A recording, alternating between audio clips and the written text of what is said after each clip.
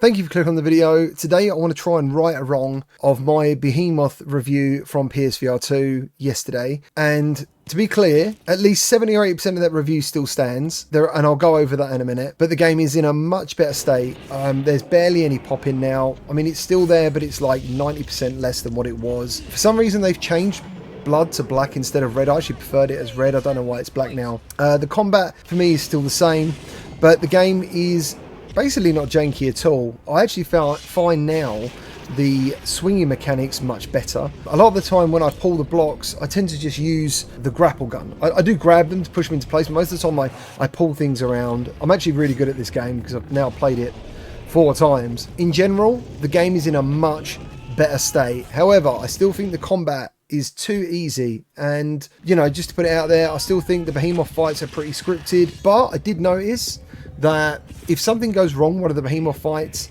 especially the first one, like if it lands on you, you tend to not die as quick. Like in the build I had, if he ever touched you as he died, you would die as well. So now you lose a little bit of health, which is quite nice. I think I died like 20 times first time I fought that thing, because every time I killed him, he fell on me and I died. So that shouldn't happen to you too often. But overall, like I said in my first review, I think the Behemoth fights are fantastic. In fact, the winged one is still very memorable.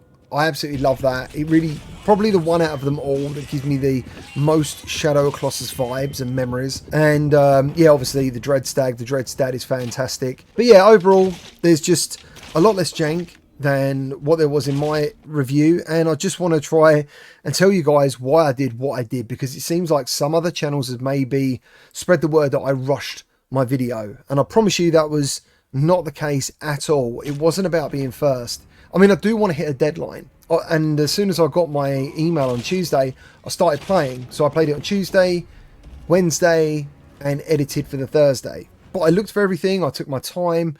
Now, please keep in mind, when I'm told I'm going to review something, everything goes on silent. All my socials get muted. I am literally here to do a job, and I can't get distracted because I want to make sure that I give you guys the best review possible. And I think because the developers have flown me to New York, they'd give me early first impressions. I was like, you know, I just want to make sure that this review is absolutely spot on. Just to let you know, in case you guys ever think I'm paid or my thoughts are paid, look at that review. Like, that is completely honest. It was in a bad state. You know, I still enjoyed the game, but it was in a bad state. So just in regards to the patch notes, when I got my email, it gave me access to MetaQuest and PSVR2. MetaQuest didn't work, so I went in with PSVR2. Now, the first time I heard about patch notes was from RotoVR in a tweet, and it basically said there's a day 1 patch for PSVR2 and a day 7 patch for MetaQuest 3. There was a link to read information, but I just figured these guys were just keeping up with VR news. You know, it's not unusual for a game to get a day 1 patch. So it is on me that when I got that email, it's kind of 50-50. I want to say it's on me, but it's 50-50. If I was a developer giving access to the game the way it was, I either wouldn't have given access. I wouldn't have called it a review build. And I probably would have had some sort of red writing like they do for embargoes to say, please make sure you check the press kit, or make sure you check these notes. Your build is blah, blah, blah, blah. And there was none of that. It was just a nice normal message. And there was 2 files to click. One was like a gameplay review.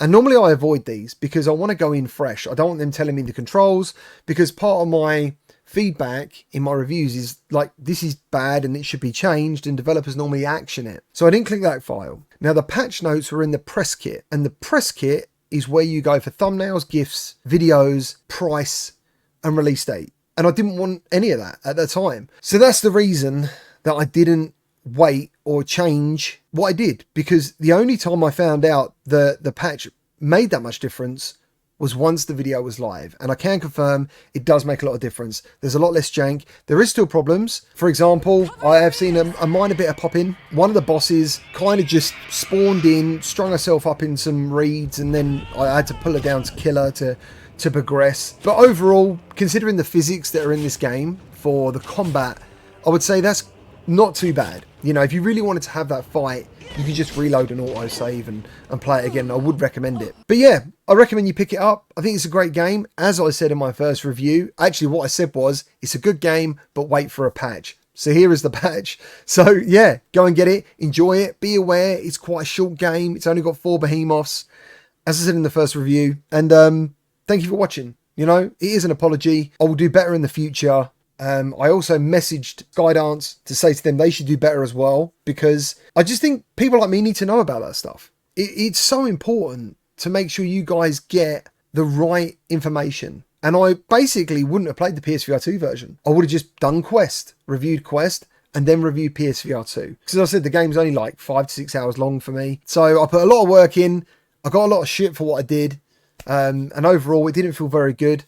But here I am. I am sorry. And yeah, hopefully I'll see you on the next one.